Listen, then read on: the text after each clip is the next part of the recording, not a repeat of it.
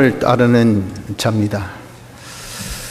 주님을 따르는 이것은 우리가 주님을 닮아가는 것인데, 주님을 닮아가는 이것이 우리 성도가 이 세상에서 할 일입니다. 그래서 우리를 그리스도의 증인이라 그렇게 말씀했고, 또 그리스도의 향이라 그렇게 표현도 하고 있습니다. 어디 가나 예수님이 어떤 자인 것을 나타내는 증이요, 또 우리가 자체의 내 생활이나 또 자신의 그런 모양, 모습을 통해서, 자체를 통해서 그리스도의 냄새를 풍기는 이런 자임을 말씀하는 것은 우리가 주님을 본받는 닮는 자가 되어야 된다는 것을 말씀하고 있는 겁니다. 근데 주님은 어떤 분이시냐 하면은, 오늘 여기 본문에 보면 3절 상반절에 주를 향하여 이 소망을 가진 자마다 그의 깨끗하심과 같이 그랬거든요. 정확하게 주님에 대해서 표현하기를 깨끗하다라고 말씀했습니다. 처럼 주님은 많은 그런 표현의 이 어구들이 있지만 오늘 본문에 의하면 깨끗하다 하는 겁니다. 우리 주님은 깨끗하신 분입니다. 그래서 우리가 주님을 닮아가야 할 사람들은 어떤 사람이 되어야 된단 말입니까? 주님같이 우리도 깨끗해야 한다 하는 것을 말씀합니다. 그래서 3절에 보면은 주를 향하여 이 소망을 가진 자마다 그의 깨끗하심과 같이 자기를 깨끗하게 하느니라 라고 말씀하셨습니다. 깨끗은 무엇이 깨끗한 겁니까? 그저 희다, 또 더럽지 않다 라고도 우리가 말할 수 있지만, 정확하게 우리가 표현하면 깨끗이라는 것은 자기 본질, 본성대로 된 것이, 이것이 깨끗한 겁니다. 소금이 짠맛을 잃지 아니하면 그것이 깨끗한 거죠. 검은 것이 아주 검을 때에 그것이 깨끗한 겁니다. 검은 것에 흰 점이 붙는다든지 그러면 옷이 더럽다라고 이야기하지 않습니까? 이렇게 본질 본성대로, 검은 것은 검은 대로, 붉은 것은 붉은 대로, 또 흰 것은 흰 대로 이렇게 되어 있는 이것이 뭐냐? 이것이 깨끗이라 하는 겁니다. 자, 그럴 때 우리 성도의 본질 본성은 무엇일까요? 우리 성도의 본질 본성은 바로 죄 없는 겁니다. 아마 여러분들 생각에 조금 이상스럽게 생각지 모르지만은 원래는 우린 죄 있는 자입니다. 사람이 태어날 때 원죄 다 가지고 태어납니다. 원죄라는 것은 아담 하와의 범죄입니다. 이건 우리의 조상적, 즉 다시 해서 우리의 첫째 아담의 이 원조되는 아담이 지은 죄로 아담의 후손된 모든 사람들은 다 이 죄를 계대를 받습니다. 그래서 사람으로 태어난 사람, 아담의 후손된 사람들은 어느 누구도 아담의 죄를 받아가지고 태어나지 아니할 자가 없습니다. 그래서 사람은 태어날 때부터 죄 아래에서 태어나고 있습니다. 다 죄인입니다. 죄인. 그런데 우리가 죄 없다는 것은 예수님의 대속의 공로로 우리의 죽었던 영을 살리는 역사, 즉 중생의 역사가 있습니다. 이것은 우리가 알지도 못하는 가운데 전적 하나님의 은혜로 때가 되어서 성령과 진리가 함께 역사해서 우리의 죽은 영을 살립니다.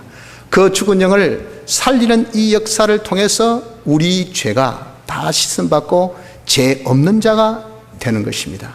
그래서 우린 어떤 것이 우리의 이 본질 본성이냐? 죄 없는 것. 죄 있다는 것은, 이것은 성도입니다. 안 믿는 사람은 두고 성도는 그것이 이상스럽다, 다시 해서 본질 본성대로의 것이 아니다 라고 말할 수가 있는 거예요. 오늘 본문 9절을 보십시오. 하나님께로서 난 자마다 죄를 짓지 아니하나니 이는 하나님의 씨가 그의 속에 거하며 저도 범죄치 못하는 것은 하나님께로서 났습니다. 하나님의 씨가 그 안에 있다는 것은 우리가 중생되었다는 겁니다. 중생된 자이기 때문에 우리는 하나님께로 난 자거든요. 하나님께 난 자는 죄를 짓지 아니합니다. 또 심지어 죄를 범죄치도 아예 할 수 있는 가능성도 없습니다. 범죄치도 못해요. 이것이 누군가? 중생된 자의 본질 본성의 모습이라고 본문에 말씀하고 있지 않습니까? 그래서 성도는 뭐가 우리의 본질 본성인가? 죄 없는 겁니다. 죄 없는 거. 우리가 깨끗하다 하는 것은 그러면 어떻게 하는 것이 깨끗게 하는 것일까요? 우리가 주를 향하여 이 소망을 가진 자마다 그의 깨끗하신 같이 자기를 자꾸 깨끗게 해야 되는데, 주님을 닮아가는 사람으로서 주님이 깨끗하시니 나도 깨끗해야 되잖아요. 그럼 우리 대체 어떻게 깨끗해야 되느냐 말이에요. 우리의 깨끗하는 방법은 우리의 본질 본성대로의 삶을 살자 그 말이에요. 우리의 본질 본성대로의 그 모습은 죄 없는 것이기 때문에 죄 없이 하는 것, 이것이 우리를 깨끗게 하는 방법입니다. 죄를 없이 하는 것이 어려운 말로 회개입니다. 회개. 그래서 깨끗게 하는 방법은 죄를 회개하는 겁니다. 내 죄를 회개하는 그것으로서 우리는 자꾸자꾸 자신이 깨끗해지고 주님을 닮아가는 것입니다. 자, 그러면 대체 회개는 어떻게 하는 것일까요? 회개에 대한 방법을 알아야 우리가 자꾸 깨끗게 하기를 힘쓰겠죠. 죄라는 것은 삐뚤어졌다라는 그 원어의 뜻을 가지고 있습니다. 관역에 딱 맞추지 못하고 삐뚤어졌을 때, 화살 쐈는데 이 관역에 딱 맞아야 되는데 맞지 못하고 옆으로 빗나갔을 때, 그때에 이 썼던 단어가 죄라는 이런 단어입니다. 죄의 원어적인 뜻이 삐뚤어졌다는 겁니다. 다시 말씀드리면 하나님의 말씀에 삐뚤어진 것, 즉 하나님의 말씀을 어긴 것입니다. 또 내가 하나님 말씀 순종함에 부족한 것들, 이런 것을 두고 죄라 그렇게 말합니다. 하나님께서 하라 하신 것, 내가 못하는 것, 이거 죄죠. 또 하나님이 하지 말라 하는 것, 이거 우리가 하는 것, 이거 죄입니다. 그런데 하다가 중단된 것도 죄입니다. 안 하다가 다시 합니다. 이것도 죄입니다. 죄는 삐뚤어졌다는 뜻인데, 이 죄는 하나님께서 말씀하신 그 법을 어긴 것, 또 말씀 순종에 부족한 것, 이 두 가지가 죄라 하는 겁니다. 그래서 이 죄를 성경은 말씀하기를 자기에게 있어서 무거운 짐이요 또 얼매는 줄과 같다라고 말씀했습니다. 이 죄를 지으면요, 내 본질 본성이 안 맞기 때문에 사람이 잠을 못 자고 그러면 막 찌뿌둥하죠. 마치 천금 같은 무거운 짐을 자기 어깨에 떡 얹은 같이 자기 컨디션이 안 좋은 거예요. 자기 몸 상태가 아주 비정상적이라는 것인 겁니다. 그러니까 그렇게 무거운 것 같이 죄는 우리의 본질 본성에 딱 안 맞으니까 벌써 찌뿌둥, 기분이 찝찝하고 막 불쾌하고 막 그냥 속이 뭐 깨꾸름하고 막 희한해. 이것이 무거운 짐 같다라고 이야기하는 겁니다. 죄는 무거운 짐입니다.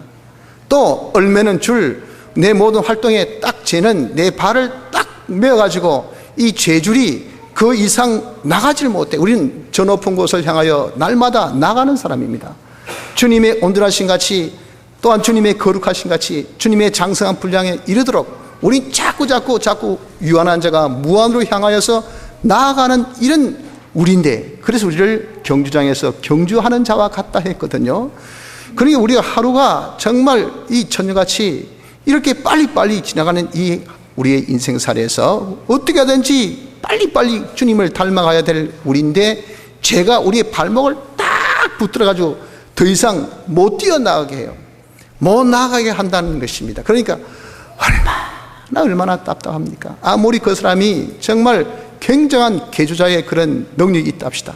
그래도 탁 뛸 때 누가 딱 자기를 잡아보세요. 세계 신기록 보유자도 그 사람 그 게임에서는 지는 겁니다. 사람이 얼마나 안타깝게 생각합니까? 저 사람 저렇게 능력이 있는데 왜 뛰지 못할까? 처럼 우리가 이렇게 능력이 있지만 죄가 있으니까 그 사람이 활개치지 못해요.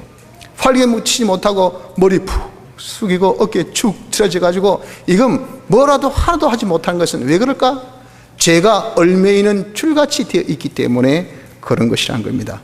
또 죄는 하나님 징계의 초인종 같은 겁니다.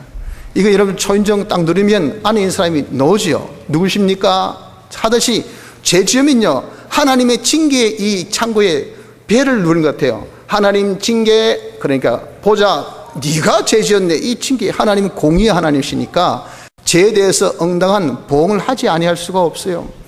내 자녀니까, 나를 믿는 사람이니까 죄 지어도 용서해 준다는 것은 없습니다. 그래서 이 죄는요, 하나님의 징계에 이 마치 초인종같이 하나님의 징계를 불러들이는 이런 방법이라고요. 그래서 이 죄, 이 삐뚤어진 이 죄를 우리는 어떻게 해야 됩니까? 회개를 해야 됩니다. 그런데 회개를 하는데 아는 죄부터 회개하는 것이 순서입니다. 아는 죄, 지금 내가 알고 있는 제일 큰 죄, 내가 죄하면 탁 떠오르는 것이 있습니다. 그건 각자마다 다르겠죠. 또 그때마다 다릅니다. 그 시대마다 다릅니다. 자기가 제일 먼저 떠오른 이 죄, 제일 큰 죄부터 우리가 회개를 해야 됩니다. 그거 회개하면 그 다음 죄를 하나님이 알려주시고, 그거 회개하면 또 다음 죄를 알려주시고, 이렇게 차츰 순서적으로 나가게 되어 있어요. 절대 우리 신앙은 이건 초월이지 초절이 아닙니다. 이거 하나씩 건너뛰는 것은 아니에요. 그래서 하나님은 굉장히 질서정연한 하나님인 것을 말씀하고 있습니다.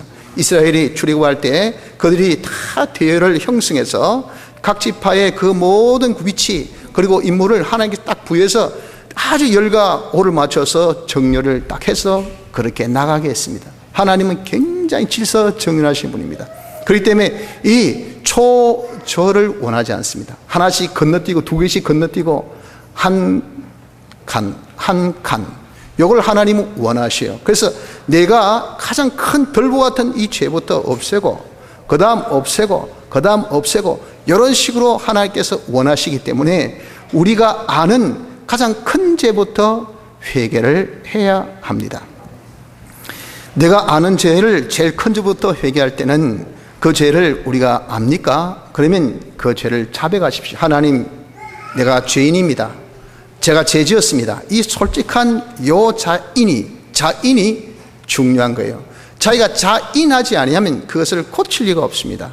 그래서 그 죄가 내가 연약해서 지은 죄, 또 그 죄가 내가 부족해서 지은 죄는 자인, 그 자인 내가 자백함으로 하나님은 그 죄를 용서해 주셔요. 근데 그 죄가 자기 연약함과 부족으로 지은 것이 아니고 의도적으로 지었을 때, 다시 얘기해서 내가 알고도 지은 그 죄는 자백으로 고침받지 못합니다. 그것은 자기가 고쳐야 합니다. 자백과 고치는 것, 이런 순서를 통해서 우리가 아는 죄부터 하나하나 고쳐나가는 이것이 중요하다는 겁니다. 또 우리가 모르는 죄 또한도 찾아서 고쳐야 합니다. 자기가 이제 아는 죄를 다 고치고 난 다음에 자기는 죄가 없다 하여서 그 상태로 있으면 안 됩니다. 자기가 알지 못하는 죄가 실질적으로 자기가 아는 죄보다 더 많습니다. 빙산의 일각이라고 그러죠. 보이는 것은 빙산의 일각, 얼마 되지 않습니다. 실은 물속에 있는 그 덩어리가 10의 9가 됩니다. 내가 아는 죄는 10의 1이 된다면 내가 모르는 죄가 10의 9가 돼요. 그래서 우리가 아는 죄만 자기가 회개하고 있으면요, 자기는 늘 하나님 앞에 늘 불만을 품습니다. 나 죄 없는데 왜 하나님 나에게 이렇게 어렵게 합니까? 왜 힘들게 합니까? 하고 자기가 자꾸 하나님을 불만하겠죠. 그래서 우리는 이 아는 죄보다 모르는 죄가 더 많기 때문에 아는 죄를 정리한 이후 모르는 죄는 자기가 자각하지 못하니까 자기가 인지를 못합니다. 하나님은 아시고 또 다른 사람도 알아요. 만물도 알아요. 자기만 모르고 있는 거거든요. 그렇기 때문에 그것을 자기가 찾아야 됩니다. 어떻게 찾을까? 먼저 자기에게 안 좋은 일을 만날 때 있습니다. 안 좋은 일은 하나님께서 두 가지의 의미로 주십니다. 하나는 믿음의 연단으로 주시고 하나는 내 죄에 대한 징계로 주십니다. 둘 중에 하나입니다. 그때 우리는 생각해 봐야 돼요. 내가 안 좋은 일을 만났을 때 사업이 안 된다, 그럴 수 있지. 절대 그렇게 생각지 마세요. 내가 몸이 안 좋다, 그럴 수 있지 라고 생각지 마세요. 집에 우환이 있다, 다 그런 거 아니가 라고 애써 여러분들 자기가 위로하려고 하지 마세요. 내가 심지어 가다가 돌볼리에 부딪혀가지고 걸려서 넘어졌다, 아이고 재수없네 라고 그것을 운으로도 돌리지 마십시오. 모든 것은 하나님이 섭리하신 일이지 하나님이 섭리하지 아니한 일은 없습니다. 하나님의 섭리는 두 가지. 내게 하여튼 안 좋은 일을 만났을 때는 믿음의 연단이 아니면 내 죄의 징계입니다. 근데 대부분은요, 죄에 대한 징계가 한 10의 8, 9가 됩니다. 8, 9. 정말 욕같이 믿음의 연단은 얼마 되지 않아요. 그래서 우리가 그걸 생각해서 내가 무엇이 잘못되어서 이런 일이 있을까부터 생각해 보세요. 그러면 반드시 자기 안팎을 살펴보면 자기가 과거에 알지 못했던 것, 자기가 실수했던 그 부분을 자기가 꼭 발견하게 됩니다. 사람이 여러분 1부터 한번 100을 해보세요. 그럼 다 그 숫자를 헤어지지 않습니다. 꼭 어떤 수가 빠져요. 그런데 희한한 것은 그 빠진 숫자가 꼭 같이 빠질 때가 있습니다. 그게 자기가 알지 못하게 그것을 망각하고 있는 그런 어떤 부분이에요. 그래서 그것이 지금 반복되는데도 본인은 자기가 완벽하다고 생각해요. 근데 분명히 그것을 자기는 늘 똑같은 실수로 그것을 건너뛰고 있다고요. 이게 하나의 습관일 수 있고, 이 습관을 자기가 자인할 수도 있고 인지할 수도 있지만 인지 못할 때가 더 많습니다. 그때 우리가 한번 세심하게 다시 살펴보면, 야, 내가 이걸 빠뜨렸구나, 이걸 몰랐네, 이건 내가 안 했네 하고 반드시 자기가 알게 됩니다. 그래서 이렇게 여러분들 여러 가지 어려움 만났을 때 자기 안팎을 이렇게 싹 설치해보면, 찾아보면 자기가 과거에 알지 못했던, 자기가 발견하지 못했던 그 죄를 자기가 발견하게 돼요. 그 죄를 우리가 고치면 된다는 겁니다. 또 알지 못한 죄에 대해서 두 번째 찾는 것은 다른 사람의 죄를 보고 우리가 찾아야 합니다. 남의 눈에 티를 보거든, 성경이 뭐라고 말씀하셨습니까? 자기 눈에 들보를 우리가 있는 줄 알라, 찾으라, 그 말이에요.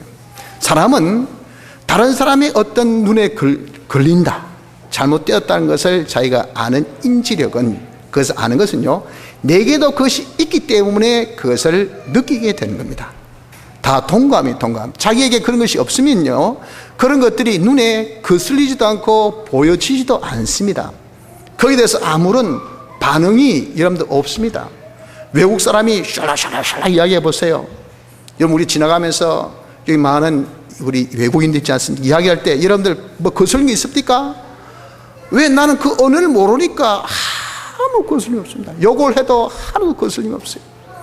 그런데 우리 한국 아이들, 학생이 앉아서 뭐 육두문자 해보세요. 딱 귀에 거슬립니다. 저 조그만 녀석이 무슨 욕을 많이 하노? 그렇잖아요.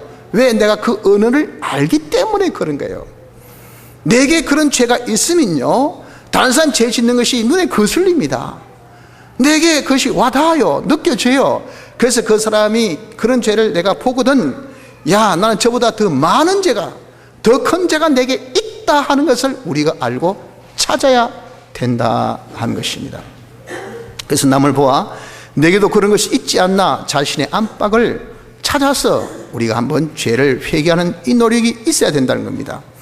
누가복음 13장 1절로 5절까지 보면 거기에 해당되는 말씀이 있습니다. 거기에 보니까 빌라도가 갈릴리 사람들의 피를 제물에 섞은 일로 인해서 갈릴리 사람들이, 이 밑에 있는 유대인들이, 아유, 저 얼마나 죄를 지었으면 저렇게 빌라도에게 죽임당하고, 그리고 그 피를 하나님의 제물을 드리는데 피를 섞을 수 있습니까? 얼마나 부정한 겁니까? 이 사람의 피는 이방인들이 이방 신에게 제사 칠 때 하는 그런 짓거리예요, 짓거리. 그건 최고의 제물을 드린다고 할 때 그렇게 하는 거거든요. 근데 하나님은 짐승의 피를 바치랬지 사람의 피는 절대 바치라고 하지 않습니다. 피를 굉장히 소중히 여기셨어요. 왜? 그건 사람의 생명이기 때문에. 그런데 얼마나 저주받았으면 저 사람이 저렇게 죽임당하고 그 피해를 우리가 그렇게 귀하게 여기는 제물에 섞어서 하나님 앞에 바치는 저런 일이 있을 수 있을까? 와, 엎어진데 또 덮어진데 엎어지고, 엎어진데 뭐 망하고 하듯이 저렇게 죄를 지어서 망하구나 라고 이야기하지만, 이 사람아, 그 사람 너희들보다 더 죄를 지어가지고 그런 것 아니다 라고 말씀합니다.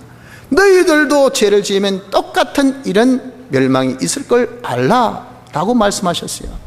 실로암에 있는 망대가 무너져서 사람이 진짜 재수없게 18사람이 치워 죽은 거예요.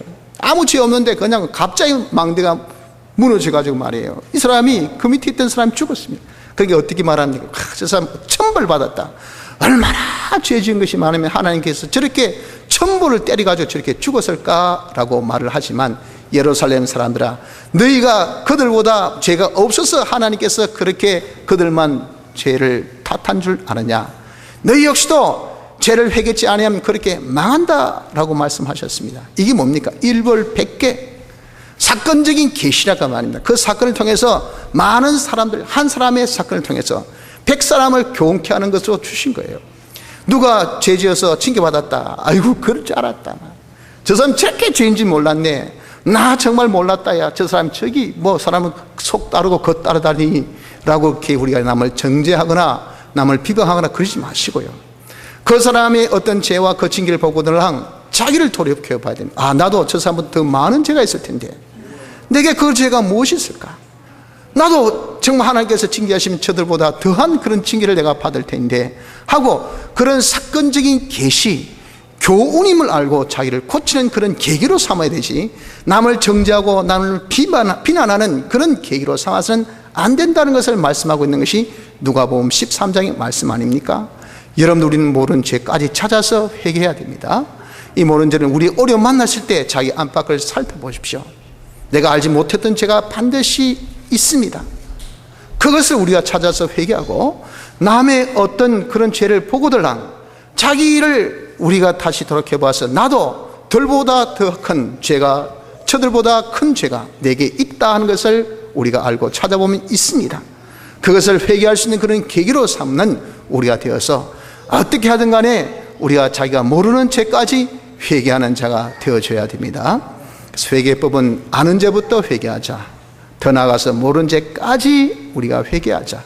세 번째, 하나님의 은혜를 구하면서 회개해야 합니다. 하나님의 은혜를 구하면서. 회개는 하나님이 은혜 주셔야 가능한 것입니다. 여러분들, 자기가 아무리 회개하고 싶다 해서 회개가 됩니까? 그럴 것 같으면 나쁜 버릇 가진 사람은 없습니다. 나쁜 성질을 가지고 있는 사람이 없어요. 천성이라 하지 않습니까? 천성. 그러니까 그 천성을 우리가 가능하면 건들지 말자. 부부 아주 화해법, 부부끼리 아무 싸움 없이 잘 사는 법, 세상에서 말할 때는 항상 그렇게 말합니다. 서로 자기의 어떤 성질, 성격, 그걸 우리가 인정해주고 그런 것은 건드리지 말고 서로 이렇게 맞춰가면서 살면 된다라고 이야기하잖아요. 이건 뭡니까? 사람의 이런 청성이라는 것은 고치지 못한다는 것을 아예 그것을 받아들이고 시작하는 것이라고요. 이런 천성이요, 그 악성 아닙니까? 악성. 그 악성은 그건 죄입니다. 죄. 그건 우리가 고치지 못한다는 말이 뭡니까? 사람으로서는 안 된다는 거예요. 그게 맞습니다. 사람 힘으로서는 죄를 그거 고치지 못합니다. 자기의 성격도 고치지 못합니다. 자기의 습관 고치지 못해요. 하나님이 은혜 주시면 됩니다. 하나님이 은혜 주시면. 그래서 누가복음 15장에 회개에 대한 말씀하실 때에 잃어버린 양을 목자가 찾아갔지 양이 돌아오지 않았습니다. 이런 드라크마를 이런 여인이 그냥 방을 쓸어서 찾았지 이런 드라크마가 나 여기 있다고 여인 품으로 돌아오지 않았어요. 그게 뭡니까? 하나님이 찾게 하신 거예요. 그래서 누누이 말씀드리지만 회개는 히브리어나 헬라어나 다 이 단어는 원어적으로 능동형이 아니고 이는 수동형입니다. 다 수동태로 되어 있어요. 내가 회개 당한다는 겁니다. 그걸 우리 한글로 표현할 때는 회개한다라고 표현하고 있습니다. 회개는요, 하나님이 은혜 주시지 않으면 절대 회개할 자가 없어요. 그 은혜 받는 법이 뭐냐? 하나님 은혜 받는 법은 내가 열심히 회개를 해야 합니다.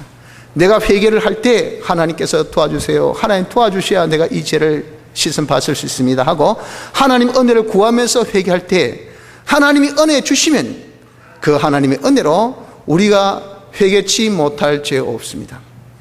하나님 우리 마음을 딱 바꿔주시며 자기 그렇게 참 죄 짓던 것이 갑작스럽게 죄 짓고 싶은 마음이 하나도 안 생깁니다. 평생 그 죄를 안 짓는 거예요. 내가 그렇게 불순종하던 그 우리의 이 모습이 하나님께서 은혜 주시니까 이건 순항장같이 어떻게 말씀 순종하기를 좋아하는지 이런 마음을 바꿔주신 것은 하나님만이 하신 하나님의 영역입니다. 그러니까 우리가 하나님의 은혜를 구하면서 어떻게든지 탕자가 아버지께로 돌아갔다는 것은 누가복음 15장에 세 가지의 비유를 할 때 마지막으로 말씀하고 있지 않습니까? 이런 양 목자가 찾았어요. 이런 드라크마 여인이 찾았어요. 그런 다음에 그 이어놓는 요 회개에 대한 교훈의 말씀, 비유의 말씀이 거기는 탕자가 아버지 품으로 돌아갔다고 했습니다. 앞에하고 삼방된 거죠. 그게 뭐냐? 우리 회개라는 것은 하나님의 은혜인데 내가 힘써야 은혜를 받을 수 있다는 것을 말씀하는 겁니다. 내가 힘써야 됩니다. 힘쓸 때 하나님이 은혜 주셔서 우리가 어떤 죄도 다 회개할 수 있으니 그래서 우리가 회개할 때는 하나님의 은혜를 구하면서 회개하십시오. 끝까지 이거 안 짓지 뭐 하지 해봐야 안 됩니다. 그거 한 번 하고 두 번 하다 그러면 나중에 자기 스스로 자포자기합니다. 우리가 하나님 앞에 은혜 구하면 하나님 도와주십시오. 내가 이 죄를 회개하기 원합니다. 이걸 내가 꺾기를 원합니다.